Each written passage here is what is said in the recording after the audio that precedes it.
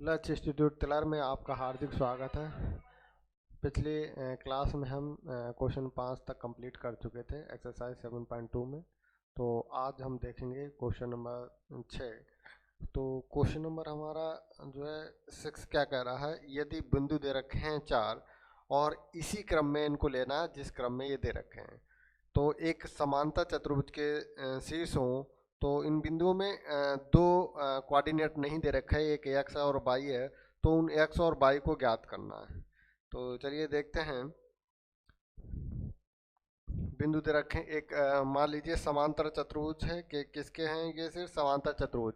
समांतर चतुर्भुज ऐसा चतुर्भुज जिसके आमने सामने की भुजाएं क्या होती हैं, बराबर होती हैं। तो ऐसा चतुर्भुज हमारा क्या कहलाता है, समांतर चतुर्भुज। और इसमें कह रहा है कि जो हमें बिंदु लेना है वो एक क्रम लेना है। देखिए ए बी सी और डी, ऐसा नहीं कि ए यहाँ पे ले लीजिए और सी यहाँ पे ले लिया, ठीक है। तो ए बी सी डी या ए बी सी डी मतलब एक क्रम में लेंगे। तो ए बिंदु है, उसके निर्देशांक क्या है, 1, 6। और दूसरा बिंदु हमारा है, उसके निर्देशांक हैं 4, 22। और तीसरा जो बिंदु है सी, इसके निर्देशांक 6। और चौथा बिंदु है डी, इसके निर्देशांक हैं कितने, 3, 5। अब देखिए जो हमारा समांतर चतुर्भुज होता है क्या है, इसके देखिए जो विकर्ण है, विकर्ण हमारे क्या करते हैं, ये समद्विभाजित करते हैं, ठीक है। विकर्ण समद्विभाजित करते हैं, इसका मतलब क्या है, जो हमारा AC और BD का जो है ये होगा, ये क्या है, हमारा मध्य बिंदु है। दोनों विकर्णों का मध्य बिंदु क्या है, हमारा O है, ठीक है। तो ये दोनों विकर्ण आपस में क्या करते हैं, समद्विभाजित करते हैं। तो अब देखिए क्या करेंगे, सबसे पहले देखिए O हमारा है मध्य बिंदु। तो क्या करेंगे, विकर्ण AC का मध्य बिंदु निकालेंगे और विकर्ण B2 का मध्य बिंदु निकालेंगे। और दोनों के मध्य बिंदु, क्योंकि हमारा O है, दोनों के मध्य बिंदु यहाँ पे क्या होने चाहिए, बराबर होने चाहिए। दोनों बिंदुओं को हम बराबर कर देंगे, जिससे हमें x और y का मान मिल जाएगा। चलिए देखते हैं, लिखेंगे विकर्ण विकर्ण विकर्ण AC तथा BD का मध्य बिंदु, मध्य बिंदु क्या है, O है।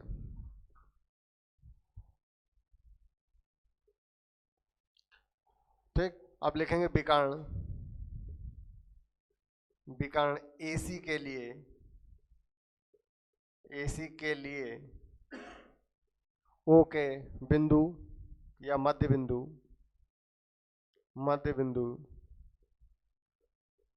O के, या ऐसे विकर्ण AC के लिए या AC में, ऐसे करेंगे। विकर्ण AC से मध्य बिंदु O के निर्देशांक। अब देखिए मध्य बिंदु के निर्देशांक हमने क्या बताया था, x1 प्लस के x2 बटे में 2, y1 प्लस के y2 और बटे में 2। क्या बताया था, दोनों के x कोऑर्डिनेट को जोड़ के आधा कर देंगे और दूसरा जो y कोऑर्डिनेट के लिए क्या करेंगे, दोनों के y कोऑर्डिनेट जोड़कर आधा कर देंगे। अब देखिए हमारा AC क्या है, ये है। तो इसका मतलब ये हमारा x1 हो गया, ये y1 हो गया, ये x1 y1 और ये हमारा x2 और y2, ठीक है। तो x1 हमारा क्या हो गया, 1 प्लस के x2 कितना, x बटे में 2। और y1 हमारा कितना है, 6 प्लस के y2 कितना है, 6 बटे में 2। देखिए कितना आ जाएगा, 1 प्लस के x बटे 2 और 6 6 12 बटे 2। ये काट देंगे, 2 एकम 2, 2 छंग 12। तो कितना आ जाएगा, 1 प्लस के x बटे 2 और ये हो जाएगा 6। इसको मान लीजिए समीकरण 1। अब देखिए विकर्ण AC से हमने एक बार मध्य बिंदु निकाला। अब विकर्ण क्या करेंगे, जो BD है उसके उससे हम मध्य बिंदु O के निर्देशांक निकालेंगे। क्योंकि ये दोनों मध्य बिंदु O के ही निर्देशांक है, इसलिए दोनों ये क्या होंगे, बराबर होंगे। अब लिखेंगे विकर्ण विकर्ण क्या है, BD से मध्य बिंदु O के निर्देशांक, O के निर्देशांक क्या हो जाएंगे, इसमें भी यही करेंगे, ax1 प्लस के x2 बटे में 2 और ये y1 प्लस के y2 बटे में 2। अब देखिए इसके लिए क्या हो जाएगा, इसको देखिए, ये इसको मान लीजिए x1 और इसको x2 नहीं इसको y1 और इसके लिए ये हो गया हमारा x2 और ये y2। अब देखिए x1 प्लस x2 मतलब क्या हो जाएगा, 3 प्लस के 4, x1 की जगह पे 3 है और x2 की जगह पे कितना, 4 बटे में कितना, 2। y1 की जगह पे कितना है, 5 और y2 की जगह पे हमारा कितना, y और बटे में कितना हो जाएगा, 2। ठीक है, इनको जोड़ लीजिए, क्या हो जाएगा, 3 और 4 कितना हो जाएगा, 7 बटे 2 और ये हो जाएगा 5 प्लस के y बटे 2। अब देखिए ये समीकरण नंबर, इसको मान लेंगे 2। अब देखिए समीकरण 1 व 2 से क्या है, देखिए ये भी हमारा ओ के निर्देशांक है, बिंदुओं के निर्देशांक है ये, और ये भी हमारे बिंदुओं के निर्देशांक हैं। इसका मतलब ये दोनों क्या होंगे, आपस में बराबर होंगे। तो लिखेंगे समीकरण 1 व 2 से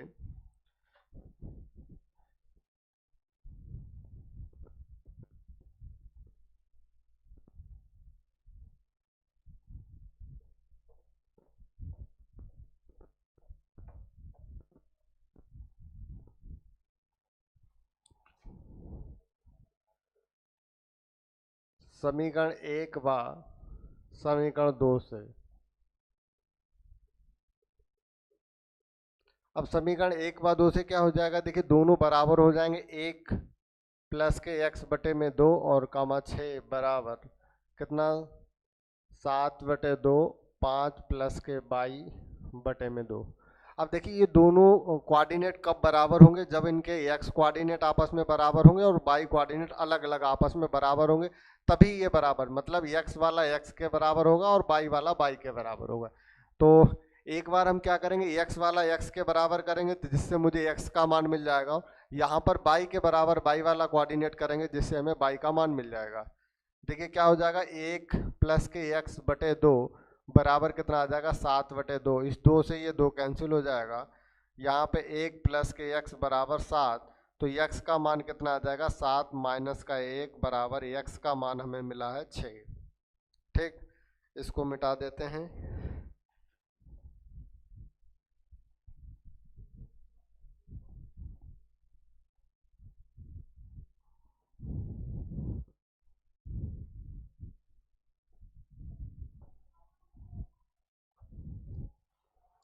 अब देखिए y का कोऑर्डिनेट हमारे पास क्या है, 6 बराबर कितना आ जाएगा, 5 प्लस के 22 और बटे में 2।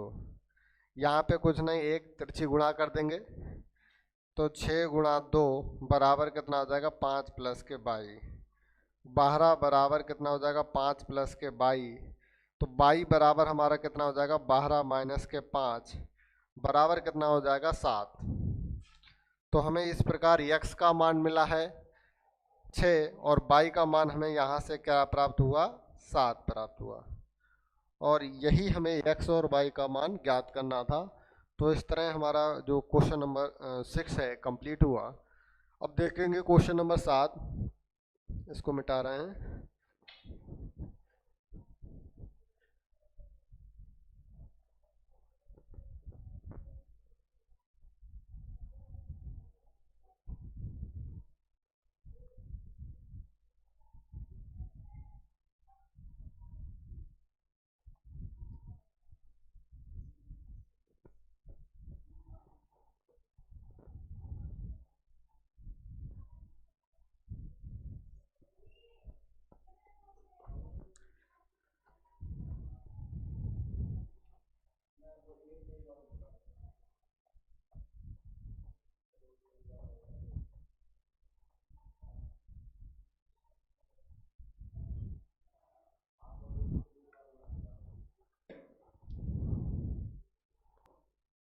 क्वेश्चन नंबर 7 है, बिंदु ए के निर्देशांक ज्ञात कीजिए जहां ए बी एक वृत्त का व्यास है। अब देखिए सबसे पहले तो क्या करेंगे, वृत्त बना लेंगे इसमें। तो एक वृत्त बना लीजिए। अब देखिए इसमें क्या रहा कि जो है ए बी हमारा वृत्त का व्यास है, तो इस वृत्त का बिंदु हमारा कोई ए है, ओ है, जो कि केंद्र बिंदु है। ठीक है, ये हमारा क्या हुआ, केंद्र बिंदु है। केंद्र बिंदु, तो यहाँ पर एक बिंदु ए मान लीजिए और दूसरा बिंदु हमारा बी मान लीजिए। क्वेश्चन में हमारा कह रहा है कि बिंदु ए के निर्देशांक ज्ञात कीजिए जहां ए बी एक वृत्त का व्यास है जिसका केंद्र हमें दे रखा है, कितना दे रखा है, 2 कामा माइनस के 3, तथा बिंदु बी के निर्देशांक क्या दे रखे हैं, 1 कामा 4। अब देखिए ए बी क्या दे रखा है, मुझे व्यास दे रखा है और ओ हमें दे रखा है ओ के, ओ इस वृत्त का केंद्र है। अब देखिए केंद्र का मतलब है क्या है, देखिए ये हमारा क्या होगा, ए और जो हमारा रेखाखंड ए बी है या व्यास कहें, इसका जो ओ हमारा क्या हुआ, मध्य बिंदु हुआ। ठीक है, तो मध्य बिंदु के निर्देशांक हम कैसे निकालते हैं, x1 प्लस के x2 बटे 2 कामा y1 प्लस के y2 बटे 2। अब हम बिंदु के, ये जो हमारा बिंदु है इसके निर्देशांक हम x कामा y मान लेंगे।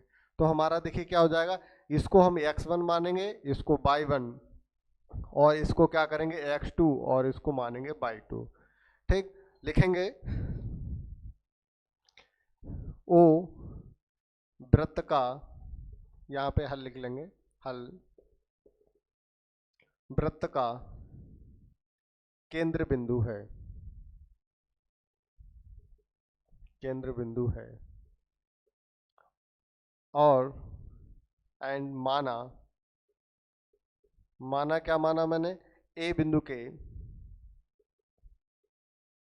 ए बिंदु, बिंदु ऐसा करिए, ए बिंदु माना, बिंदु ए के निर्देशांक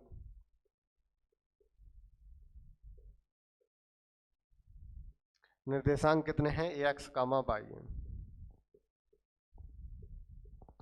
अब देखिए मुझे इसके बिंदु के निर्देशांक ज्ञात करेंगे, लिखेंगे मध्य बिंदु, मध्य बिंदु ओ के निर्देशांक, ओ के निर्देशांक बराबर क्या हो जाएगा, x1 प्लस के x2 बटे में 2 कामा y1 प्लस के y2 बटे में 2। अब देखिए x1 प्लस x2 ये रहा हमारे पास। अब देखिए बिंदु O के निर्देशांक हमारे पास क्या है, 2 कामा माइनस के 3, और x1 प्लस के x2 मतलब क्या हो गया, x प्लस के x2 का मान 1 बटे 2 कामा y प्लस के कितना, 4 बटे में 2। अब देखिए ये दोनों कब बराबर होंगे, ये बराबर जब x का कोऑर्डिनेट x के बराबर होगा, y का कोऑर्डिनेट y के बराबर होगा। तो ये 2 के बराबर इसके बराबर हो जाएगा, -3 इसके बराबर हो जाएगा। तो 2 बराबर कितना हो जाएगा, x प्लस 1 बटे 2, 2 दूनी 4 बराबर x प्लस 1, 4 में 1 घटा देंगे 3, तो x बराबर कितना हमारा हो जाएगा, 3। अब देखिए y का कोऑर्डिनेट ज्ञात करने के लिए क्या करेंगे, y प्लस के 4 और बटे में कितना 2 बराबर माइनस के 3, तो 3 दूनी 6, y प्लस के 4 बराबर माइनस के 6, तो y बराबर कितना हो जाएगा, माइनस के 6 माइनस के 4, तो y बराबर हमारा कितना आ गया, माइनस के 10। ठीक, तो x का मान मुझे 3 मिल गया और y का मान कितना मिल गया, माइनस के 10। लिखेंगे अतः बिंदु, अतः बिंदु, बिंदु ए के निर्देशांक, ए के निर्देशांक। अब ए के निर्देशांक हमने क्या माने थे, देखिए यहाँ पे एक्स कामा बाई माना था, देखिए एक्स कामा बाई। अब एक्स की जगह पे एक्स का मान रख देंगे 3 और बाई की जगह पे बाई का मान 10। तो इस तरह हमारी बिंदु ए के निर्देशांक क्या होगा, 3 कामा माइनस 10। हमारा क्वेश्चन नंबर 7 कंप्लीट हुआ। अब देखेंगे क्वेश्चन नंबर 8, इसको मिटा रहे हैं।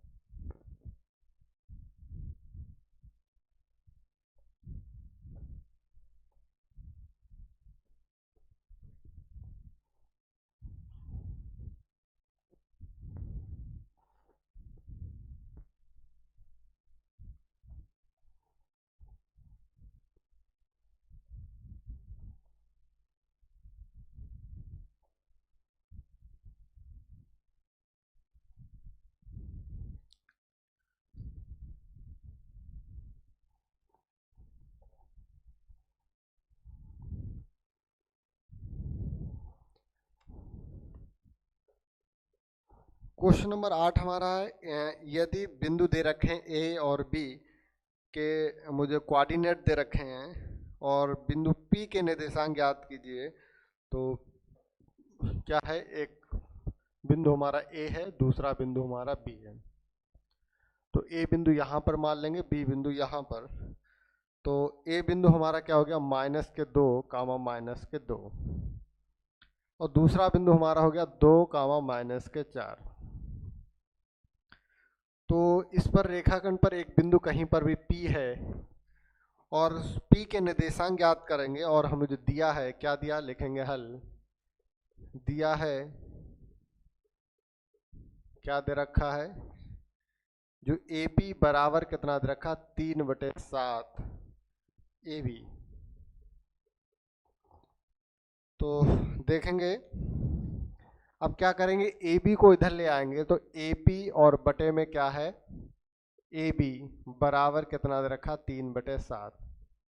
अब देखिए अनुपात हमें किसका किसका पता होना चाहिए, AP और PB का अनुपात पता होना चाहिए। और इसमें हमें देख किसका रखा, AP और AB का। तो AP का अनुपात कितना दे रखा है, ये 3 दे रखा है। और जो AB का मतलब ये पूरा दे रखा है, कितना दे रखा, 7। जब देखिए ये 7 है और ये 3 है, तो इसका मतलब ये हमारा क्या हो गया, 4 हो गया। ठीक है, अब आराम से बिंदु ज्ञात हो जाएगा। विभाजन का सूत्र लगाएंगे, जो पीछे कई क्वेश्चन में लगा चुके हैं। अब देखिए यम हमें पता हो गया, यन पता हो गया, और x1 y1 पता हो गया, x2 y2 पता हो गया। इसका मतलब हम विभाजन का तो सूत्र आराम से निकाल लेंगे। लिखेंगे विभाजन सूत्र से, विभाजन सूत्र से बिंदु P के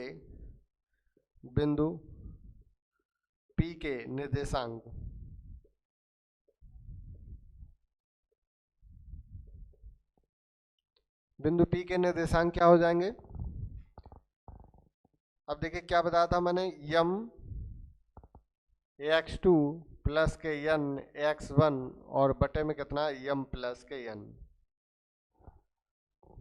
अब देखिए यम y2 प्लस के n y1 और बटे में कितना, यम प्लस के n, ये बाई कोऑर्डिनेट। अब देखिए यम हमारे पास कितना है, यम है 3 और x2 कितना है 2 प्लस के n का मान कितना है 4, x1 का मान है -2 बटे में कितना आ जाएगा 3 प्लस के 4 का मान। देखिए यम का मान है 3, y2 का मान है -4 प्लस के n का मान है 4 और y1 का मान है -2 और बटे में कितना आ जाएगा 3 प्लस के 4। इसे देखिए हल कर लेंगे तो कितना हो जाएगा, 3 दूनी 6 और 4 दूनी 8 -8 बटे 4 3 7 और 3 चौक 12 -12 और -4 दूनी 8, ये कितना हो गया 7। यहाँ पर जब घटाएंगे तो कितना आ जाएगा, 6 -8 है तो -2/7 और ये हमारा आ जाएगा -12 -8 -20/7। तो ये दोनों माइनस के आएंगे, y2 का मान माइनस है और y1 का भी माइनस है। ठीक है, तो माइनस आएगा, ये माइनस हो गया, -2/7। तो हमें बिंदु P के निर्देशांक हमारे क्या हो गए, एक -2/7 और दूसरा -20/7 हमारा। तो इस तरह हमारा ये क्वेश्चन नंबर कौन सा था, 8 कंप्लीट हुआ। अब देखेंगे क्वेश्चन नंबर 9।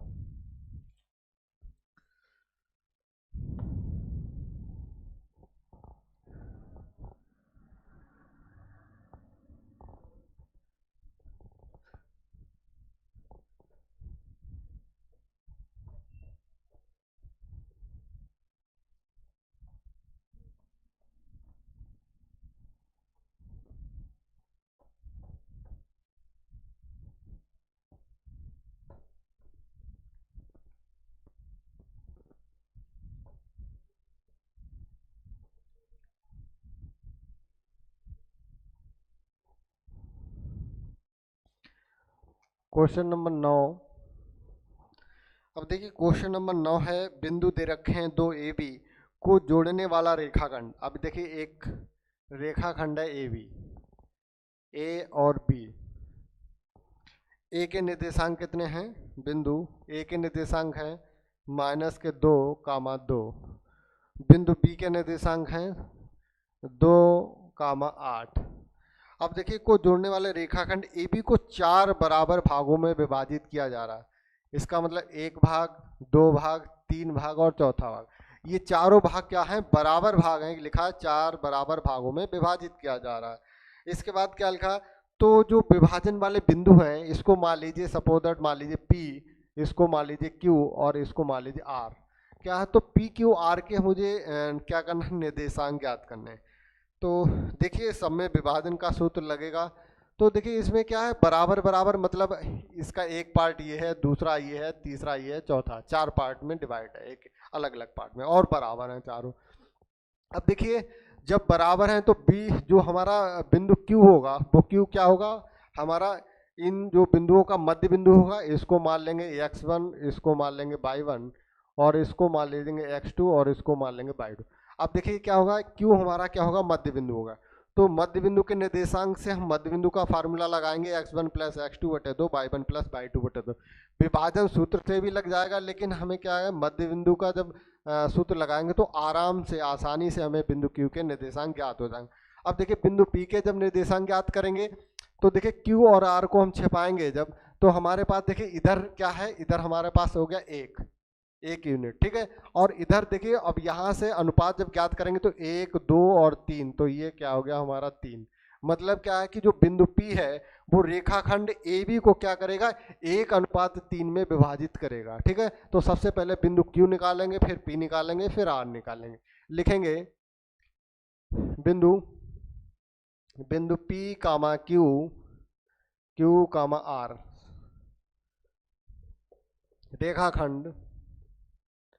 रेखाखंड AB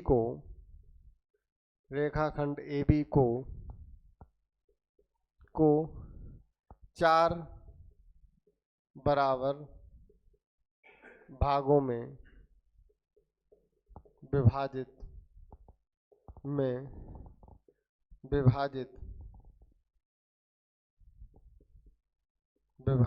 कर रहे हैं। बिंदु Q के निर्देशांक, मध्य बिंदु ऐसा करके लिखेंगे, मध्य बिंदु Q के निर्देशांक, मध्य बिंदु Q के निर्देशांक क्या हो जाएंगे? x1 प्लस के x2 बटे में 2 और ये हो जाएगा y1 प्लस के y2 बटे में 2। अब देखिए x1 हमारा क्या है? x1 है माइनस के 2 और प्लस के x2 कितना है? 2 बटे में 2, कामा y1 हमारा कितना? 2 और प्लस के y2 हमारा कितना? 8 बटे कितना? 2। अब इस 2 से ये 2 कैंसिल हो जाएगा, मतलब क्या आ जाएगा? 0 कामा 10 बटे 2, तो 2 एकम 2, 2 पंजे 10, तो कितना आ जाएगा? 0 कामा 5 आ जाएगा।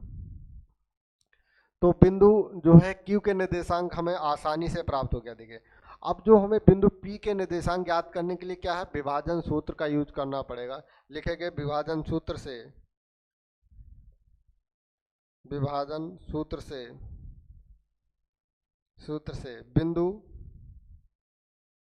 बिंदु P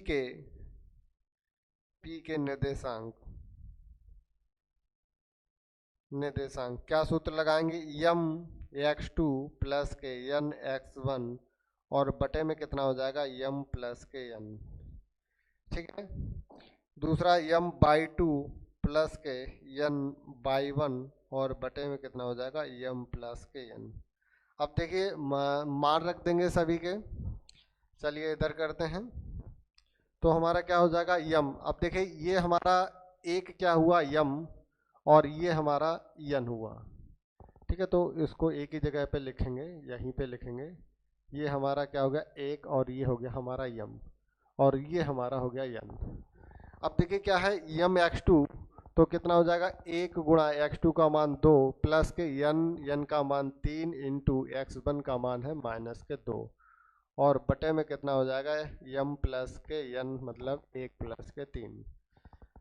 अब देखिए क्या है? यम का मान कितना है? 1 गुणा y2 का मान कितना है? 8 और प्लस के n का मान है 3 और y1 का मान कितना है? 2 बटे में कितना?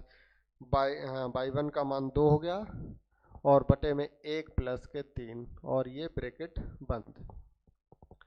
अब देखिए कैलकुलेशन करेंगे, 1 की गुणा 2 से करेंगे 2 और प्लस माइनस माइनस 3 दूनी 6 बटे में कितना हो जाएगा 4 और ये हो जाएगा 8 प्लस के 3 दूनी 6 और ये बटे में कितना हो जाएगा 4।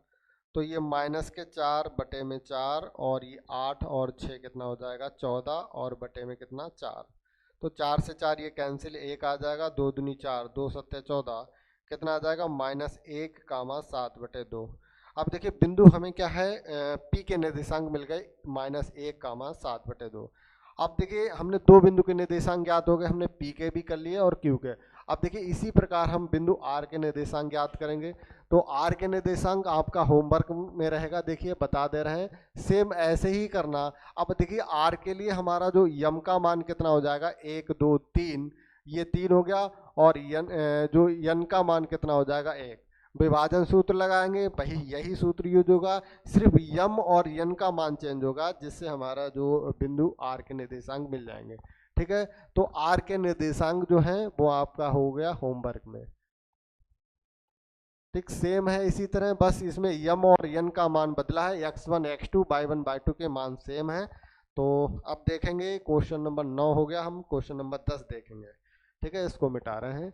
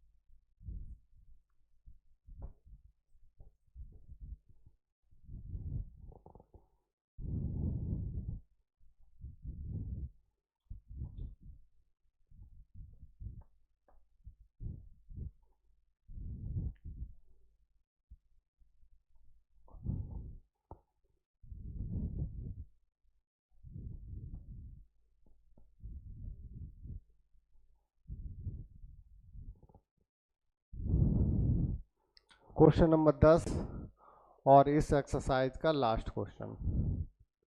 तो एक समचतुर्भुज का क्षेत्रफल ज्ञात करना है। तो समचतुर्भुज हमारा क्या होता है, ऐसा चतुर्भुज जिसकी चारों भुजाएं हमारी क्या हो, बराबर हो। तो इसको ऐसे ही बनाते हैं।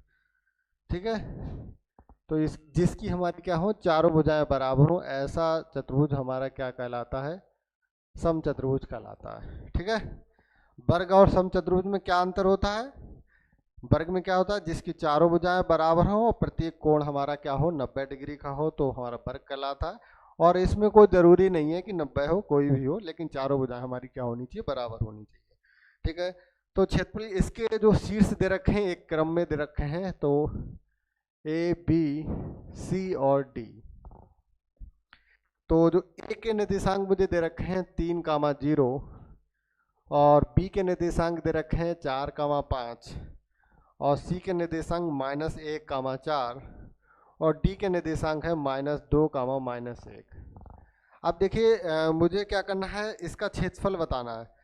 तो समचतुर्भुज का क्षेत्रफल आप लोगों ने पहले 6th 7th 8th 9th में पढ़ रखा होगा। क्या होता है, क्या होता है, किसी को पता है?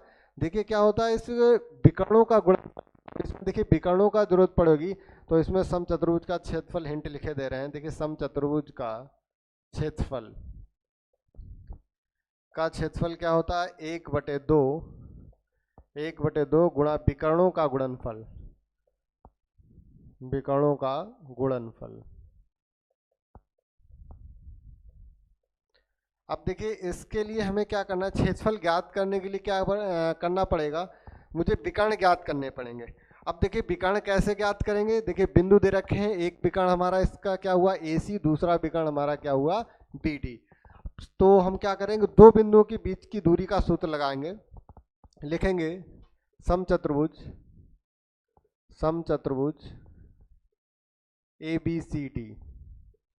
ABCD में क्या है, ए सी व बी डी विकर्ण है, बी डी विकर्ण है।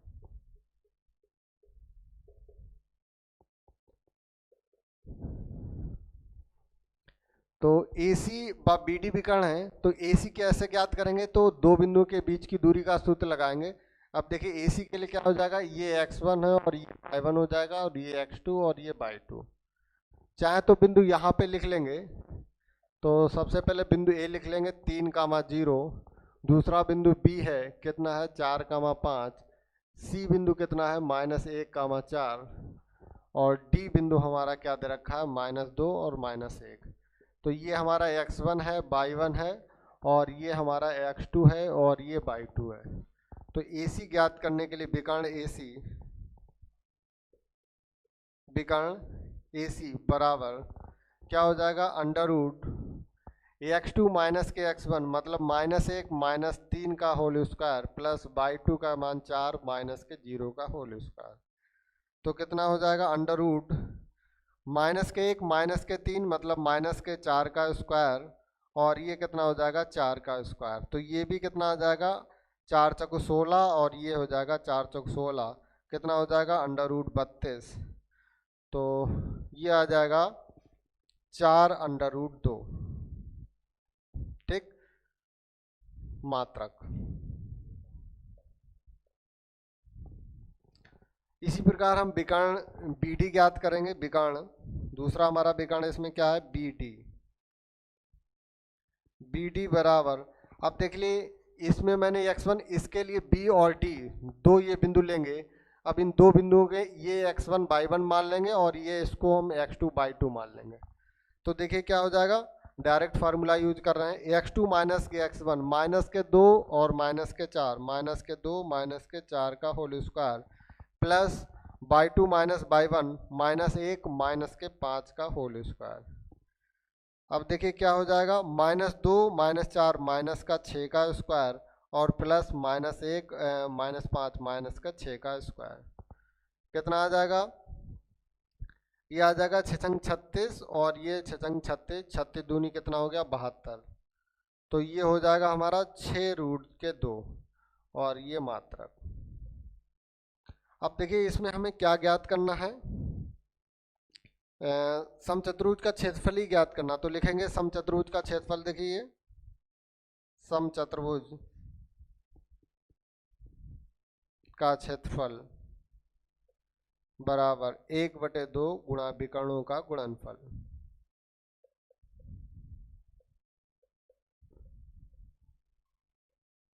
अब देखिए विकर्णों का गुणनफल हमारा कितना आ गया, 1/2 गुणा, एक विकर्ण हमारा AC है, दूसरा विकर्ण हमारा क्या है BD है। एक विकर्ण हमारा AC, दूसरा BD। अब देखिए 1/2 AC का जो मान कितना आया 4√2 और BD का मान आया 6√2, 2 दूनी 4 तो कितना आ जाएगा 6 दूनी 12 और गुणा में अंडर रूट 2 की गुणा जब अंडर रूट 2 से करेंगे तो 2 आ जाएगा और 12 दूनी कितना होगा 24 वर्ग मात्रक। क्योंकि ये क्षेत्रफल है और क्षेत्रफल की जो इकाई होती है वो क्या होती है वर्ग, और जो भी इकाई दे रखी इसमें कोई हमें इकाई नहीं दे रखी तो हमने लिखा वर्ग मात्रक। तो इस तरह हमारा जो है क्वेश्चन नंबर 10 कंप्लीट होता है और एक्सरसाइज हमारी 7.2 भी कंप्लीट होती है। और नेक्स्ट लेक्चर में नए चैप्टर के साथ आज इतना ही, थैंक यू।